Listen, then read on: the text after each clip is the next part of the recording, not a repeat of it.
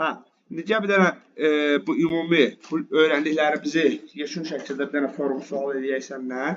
Dedik ki, bu qırmızı ilə göstərilən isə qərbi koordinatdır. Qərbi koordinatda bu iki rəqəmlə göstərilən ərazi hansı ərazidir?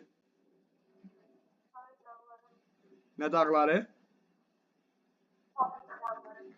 Yox, 2-nin aşağısı idi sahil sıra dağları da. Dedim, bax aşağı hissəsidir. 2 ilə nə göstərilir?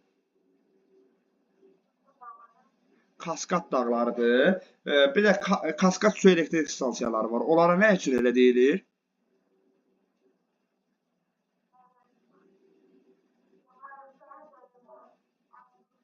Aferin, ardıcıldır. Və burada da kaskad onu ifadə edir də, yəni ardıcıl dağ silsilələrdir. Yaxşı. Sonra burada dedik sahil sıra dağlarıdır. Onu öncədən dedin. 5 nədir bəs? Sierra Madre. 5-in yanındakı 4 nədir bəs? Meksika nəyi? Bəs 6 nədir? Belli. Birdən oradan baxarsan. Hə, 6 nədir?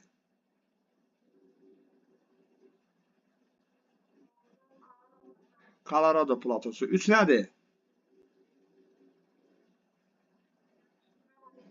Yaylası. Böyük Övzə yaylası. 1 nədir? Qayalı dağlardır. Aferin sənə. Bir də sürətli şəkildə bir də təkrar edək. Təqribən göstərək. Sən tezdir. 6. Colorado platosu.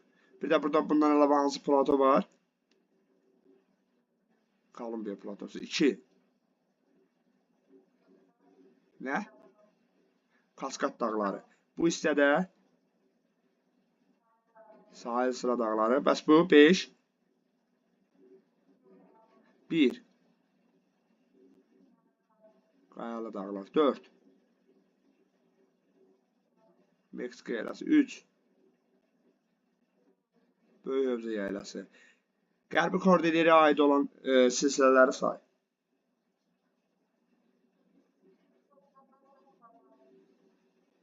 Aha, nələr? Bir də de.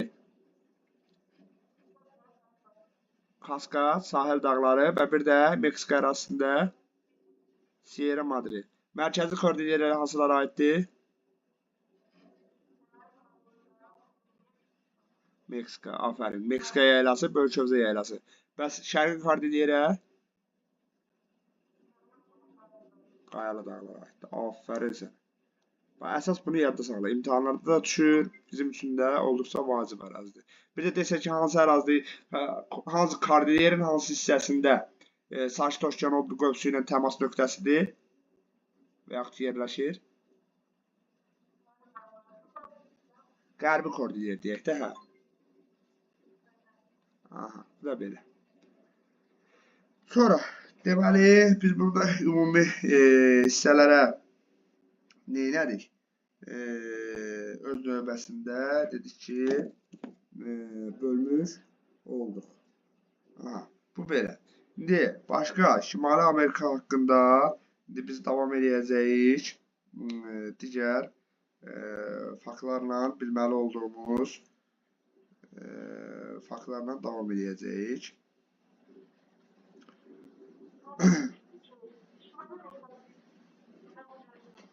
Nə var? Novlar okeanda olur, Şimali Amerikada olmur. Hə, toqquşma zonasında novlar olur da. Elə bir okeanın dibində, bu sərhəd zonasında, bax gördüyüm bu hissələrdə novlar yaranır okeanın dibində.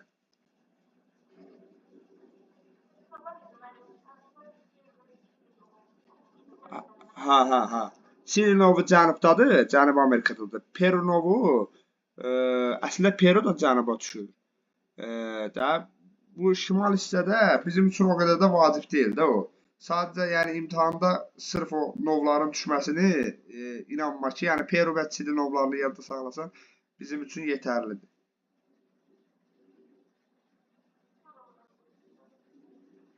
Necə?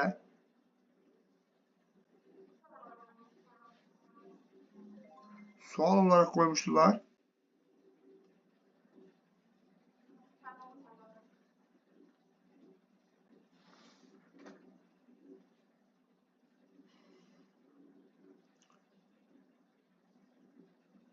Yəni burada əsasən şimal hissədə yox, cənub hissədə biz qeyd edə bilərik. Bəli, Peru ilə Çili novlarını qeyd edə bilərik. Sonra məsələn bundan əlavə Marian novu var, Filippin, Kuril, Puerto Rico, Zond novlarında adını qeyd. Bunlar adalarla, ölkələrin demək olar ki, eyni ərazini təşkil edirlər. Başa düşdün? Yəni Peru Çili ərazisini əhatə edir demək olar ki. Yəni ətraf sahil boyu əhatə edir. Aha, keçək indi biz biraz da vulkanlardan danışaq. Deməli, biz yadda saxlamalıyıq ki, deməli bax deyir ki, bax gözümüzlə görürük ki bunu, Şimali Amerikanın cənubuna doğru, yəni şimaldan necə dedik ki, biz şərqdən qərbə doğru hündürlük artırsa, şimaldan cənuba doğru da enlilik azalır. Məsələn, bax bu hissələrdə nisbətən mərkəzdə enlidir, bu hissələrdə enlilik azalır. Bax burada ən az hissəyə çatır da. Yəni şimaldan cənuba doğru Kordilyer dağlarının enliliyi öz növbəsində azalmaqdadır. Dediyimiz kimi Meksika ərazisində, yəni 5 ilə göstərilən hissədə Sierra Madre adlanır. Bizim Kordilyer dağları.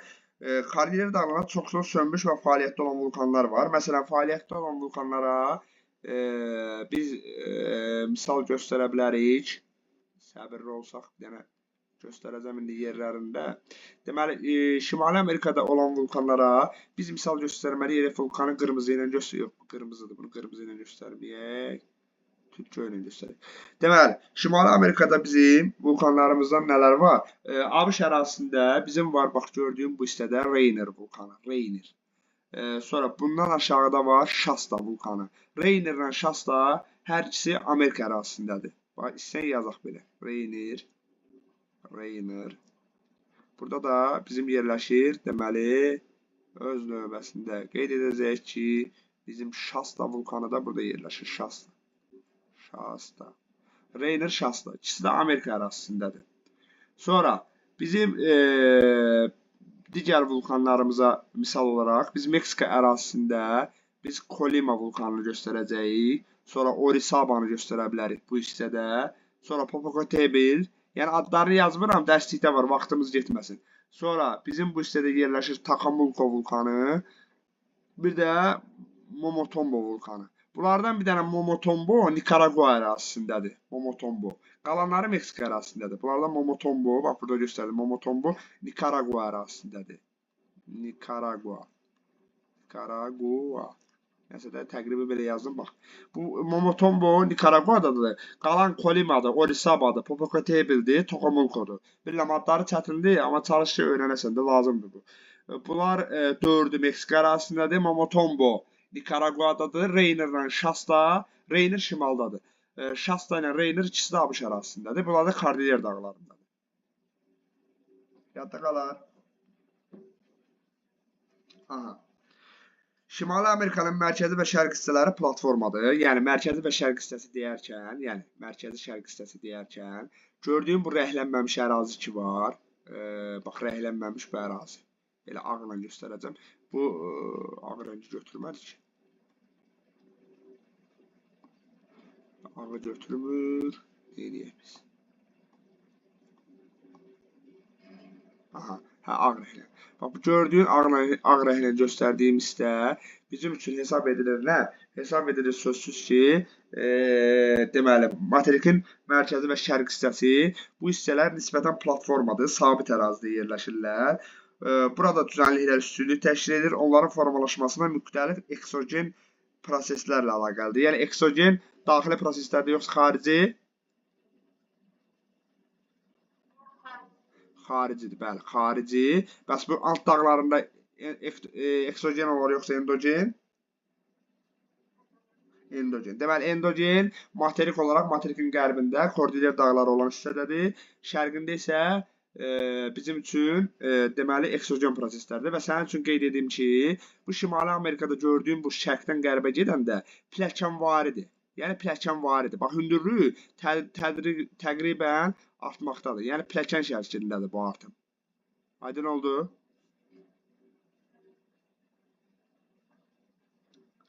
Sonra şimalda labirenti yüksəkliyi buzlaq relyef formaları üstünlük təşkil edir. Yəni şimal hissəsində bu hissədə buzlaq relyef formaları üstünlük təşkil edir. Sonra biz qeyd edəcəyik ki, ona görə də bu hissədə buzlaq mənşəli göl çökəklikləri çoxdur. Yəni bu əsasən Kanada Arktika hissəsində durur da. Bu buzlaq və kilometr çıxıntılı olduğu üçün çoxdur. Sonra ona görə də bu hissədə buzlaq mənşəli göl çökəklikləri çoxdur. Mərkəzi düzənlikdə buzlaq formaları ilə yanaşı çayların işi də böyük rol malikdir. Yəni mərkəzi düzənlikdə bu hissədə yerləşir. Bir dənə sən ona atlasında bax. Mərkəzi düzənlikdə təqribən bu hissədədir və mərkəzi düzənlik haqqında da biz qeyd edirik ki, buzlaq formaları ilə yanaşı çayların işi də böyük rol malikdir. Mərkəzi düzənlikdən qərbdə böyük düzənlik yerləşir. Biz də dedik də bayaq böyük düzənliyi qeyd etdik burada. Bir də təzədən baxaq. Yəni böyük düzənlik dediyimiz hissə bu 3 ilə olan hissədir. Bax 3 ilə olan hissə. Deyək ki, mərkəzi düzənlikdən qərbdə böyük düzənlik yerləşir. Mərkəzi düzənlikdə bu hissədə yerləşir və deyir ki, hündürlüyü 500 metrdən yüksək olan böyük düzənlik Kordilyer dağlarına keçid zonasındadır. Atlantik okeanı sahili boyu Meksika sahili və Atlantik sahili ovalıq uzanır. Bax Meksika sahili, Atlantik sahili ovalıq yoxdur da burada. Meksika sahili, Atlantik sahili ovalıq bax bu hissədədir. Bax gördüyüm bu hissə Atlantik sahili və Meksika. Bu aşağı hissəsi Meksika sahilidir, yuxarı hissəsi Atlantik sahilidir. Yəni sahil boyunca şərq sahili nəzərdə tutulur. Labrador yarımadasından aşağı. Tapdın atlasda. Mississippi çayı ABŞ-da nəhəng alüvyal mənşəli Mississippi ovalığını yaratmışdır. Mississippi çayı nədir? Mississippi çayı çayların anası da adlandırırlar. Gəlir bu hissədə tökülür. Hansı körfəzdir burada? Bəli, Meksika körfəzinə gəlir tökülür. Bax, bu hissədən gəlir, Meksika körfəzinə tökülür. Sonra Ohio'da Arkansas'dır, Missouri'dir. Bunların ən uzun qollarıdır. Bunlar haqqında hidrosferi keçidində təşkil biliklər verəcəm. Bu ovalıq Meksika və Meksika körfəzinin zəngin neft və qaz yataqları mövcuddur. Yəni burada da həmən ovalıqda budur. Mississippi ovalığı bu hissədə yerləşir, çayın mənsəbinə yaxın hissədə. Sonra materikin şərq hissəsində yeganə qədim dağ sistemi Appalazdır. Bilirsən də, Appalaz da bu hissədə yerləşir. Appalazı görürsən orada. Dünyanın vaxtı ilə ən böyük kömür hövzəsi hesab olunurdu. Ən hündür zirvəsi Mitchell'dir. Hündürlüyü nə qədərdir? Nə qədər? 2037 metrdə, afərin sənə. Onun ən yüksək zirvəsi Mitchell'də 2037-dir. Dağlar güclü parçalanmaya məruz qalmışdır. Burada zəngin faydalı qazıntı yataqları var idi. Dediyim kimi, Appalaz deyəndə ağlına kömür gəlməlidir birinci. Şimali Amerikanın ən nəhəng Appalaz daş kömür hövzəsi də buradadır. Platformanın sipər qalxan hissəsi Labrador yarımadası və böyük göllərin sahilində dəmir filizi yataqları mövcuddur. Ümumiyyətlə, yadda saxlayırıq ki, biz platformanın qalxan hissəsində, keçən dəfə platforma bölməsinin keçəndə də göstərmişəm. Qalxan hissəsində hansı mənşəli ümumiyyətlə, hansı filiz daha çoxdur platformanın qalxan hissəsində? Bax, bu hissə. Filiz mənşəli əsasən dəmir filizidir. Qalxan hissəsində dəmir filizi. Dəmir filizi, yadda saxla. Bu da Labrador yarımadasıdır. Bir də böyük göllərin şimalıdır ki, bu hissədə dəmir filizidir. Aydın oldu. Əsas burada yadda saxlamalı olduğu şey, bax, bu bölgüdür. Bax, bu bölgü bizə vacibdir. Bölgünü ki, dərk elədin, bildinsə, qalanı rahatdır. Qalanını öz qaydasında gedəcək. Əsas bu bölgü, yəni belə deyək, olmazsa olmazımızdır bizim. Bölgünü bilmək bizim üçün şərtdir, vacibdir, bilməliyik biz bunları. Gəl bir də ümumi şəkildə təkrar edək keçdiklərimizi. Biz dedik ki, Şimali Amerika materikinin qərb hissəsində, yəni Sakit Okean odlu qövsünün davamı olan bu hissədə bizi qarşılayır Kordilyer dağları. Gördüyümüz bu üç hissədən ibarət dağ Kordilyer dağlarıdır. Kordilyer dağlarının ən hündür zirvəsi yerləşir bu Alyaska yarımadasında və deyək ki, bu zirvənin adı nə idi? Təkrarlayaq bir də. McKinley, Denali. Denali də deyilir. Denali. Denali zirvəsidir. Hündürlüyü nə qədərdir? Bəli, 6194 metr. Afərin sənə. 6194 metrdir. Ən hündür zirvəsidir. Sonra biz burada davamı olaraq Dedik ki, ən hündür zirvəsi burada yerləşir. 7000 kilometr uzunluqda uzanır. Bax, gördüyümüz bu hissə Sakit Okean odlu qövsünün davamı hesab olunur. 7000 kilometr uzunluğa malikdir. Sonra biz qeyd elədik ki, materikin ucqar nöqtələri var. Dedik, şimal hissəsində Butey yarımadasında yerləşir hansı burun? Merçiston, ABŞ ərazisi. Merçiston hansı ölkə ərazisindədir? Kanada ərazisindədir. Cənub hissəsindəki burunun adı nədir? Hansı ölkə ərazisindədir? Panama ərazisi. Bəli, tamamilə doğrudur. Qərbində dedik ki, St. Charles'dir, yoxsa Uels şahzadəsi hansıdır qərbində? Uels şahzadəsidir, bəli. Hansı ölkə ərazisindədir? ABŞ ərazisindədir. Şərqində də yerləşir, dedik hansı? Bu hansı ölkə ərazisindədir? Kanada, Labrador yarımadasındadır. Deməli, şimal və şərqi Kanadadadır, qərbi ABŞ-dadır, cənubu isə dediyimiz kimi bizim üçün yerləşir, deməli, qeyd etdik ki, Peru ərazisində, Panama ərazisində yerləşir. Sonra biz davamında Kordilyer 3 yerə böldük. Qırmızı ilə gördüyümüz hissəyə dedik hansı hissəsidir? Qırmızı ilə hansı hissəsi? Qərbi, sarı ilə deməli qərbi Kordilyer, sarı ilə mərkəzi Kordilyer. Mərkəzi Kordilyer. Bəs bu rənglə şərqi Kordilyer. Qərbi Kordilyer hansı hissələrdən ibarətdir? 2 ilə bunu çəkim qırağa görmə, bura baxırsan. Müsəlmansan, nə eləsən baxmalısan. 2 ilə hansıdır?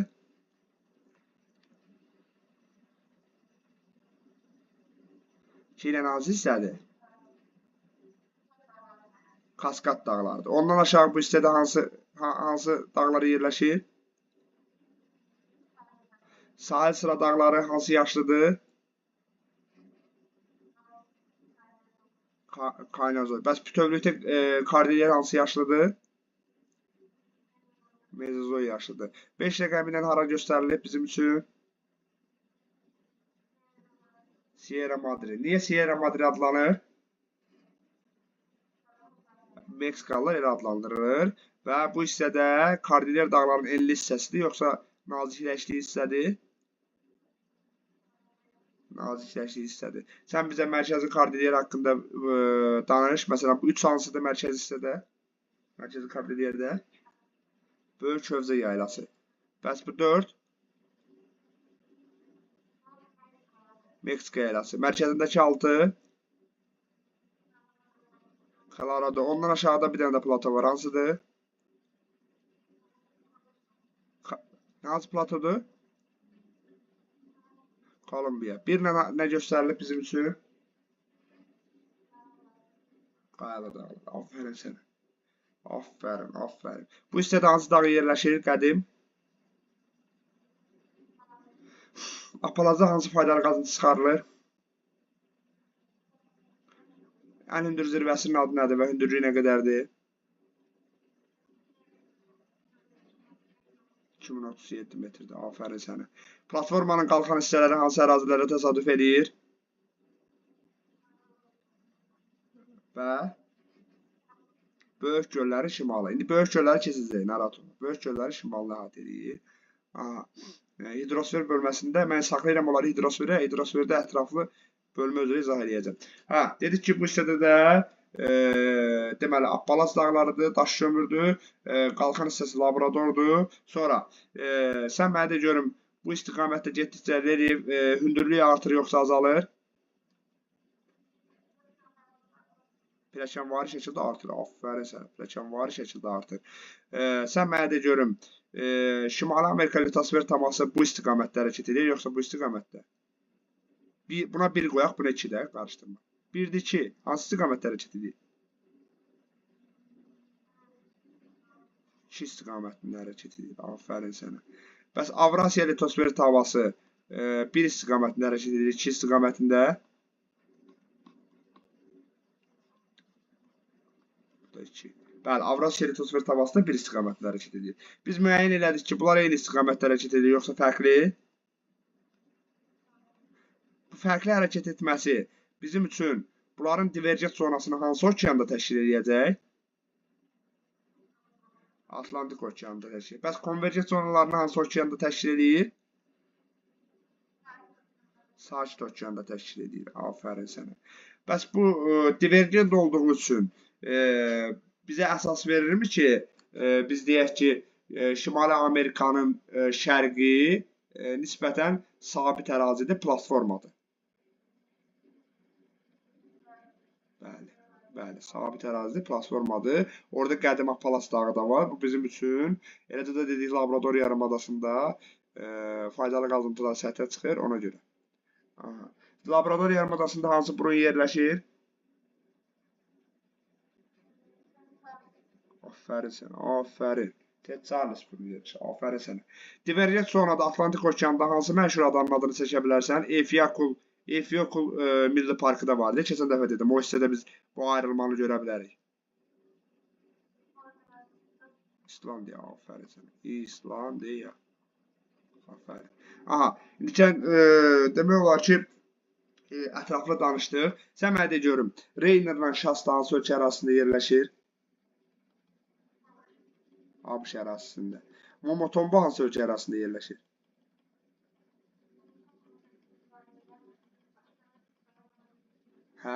Meksika aşağı. Nikaragua ərazisində. Nikaragua ərazisində Momotombo yerləşir. Colima, Taxomulco, Popocatépetl, bir də Orizaba. Bunlar da yerləşir Meksika ərazisində. Yaxşı, dərsdən sonra onlara bir də təkrar bax. Sən mənə de görüm, böyük hövzə mərkəzi düzənliyin hansı hissəsindədir?